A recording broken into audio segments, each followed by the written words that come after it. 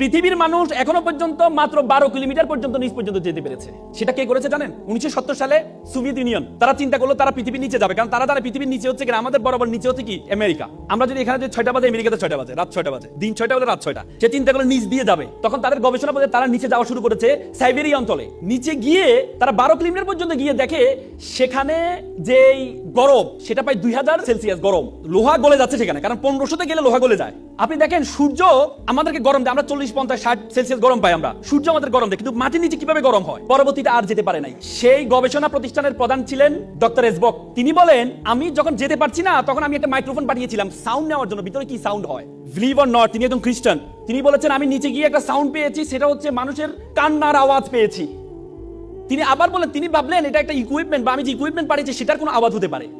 তিনি আবার পাঠালেন, পরে দেখলেন এটা কোনো একজন দুইজন মানুষের আওয়াজ না, এটা হচ্ছে হাজার হাজার মানুষের কান্নার আওয়াজ, এবং সেই আওয়াজগুলো বেশিরভাগ আওয়াজ হচ্ছে মহিলাদের আওয়াজ। তখন তিনি স্টপ করেছিলেন। তিনি বললেন, I am a communist, I don't believe heaven and Bible, but I believe in hell. আমি জাহান্নামকে বিশ্বাস করি। আল্লাহ রাসূল বলেছেন বেশিরভাগ মহিলা জাহান্নামী হবে, বলেছি কিনা?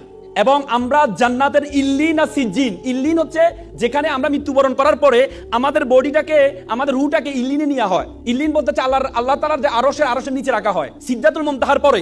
আর সিজ্জিন বলা হয়, সিজ্জিন হচ্ছে জাহান্নামের টুকরা, যেটা হচ্ছে জাহান্নামের সর্বশেষ জায়গাটা সিজ্জিন।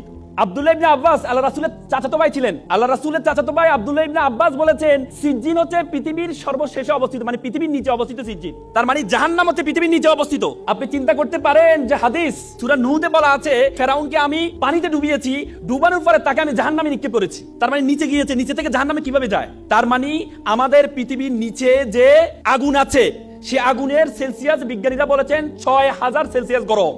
তার মানে ডক্টর এসবক যে সাউন্ডটা পেয়েছেন সেই সাউন্ডটা কিসের সাউন্ড? জাহান্নামের সাউন্ড।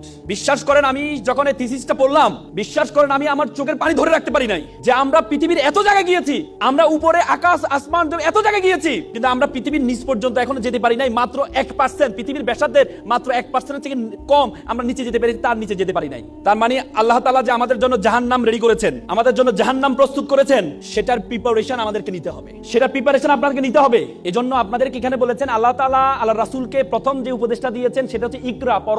আপনি যদি জানেন, আপনি যদি পড়েন, আপনি যত বেশি জ্ঞান অর্জন করতে যাবেন, যত বেশি পড়তে যাবেন, আল্লাহর সৃষ্টি সবকিছু সম্বন্ধে আপনার সবচেয়ে বেশি ধারণা তৈরি হবে।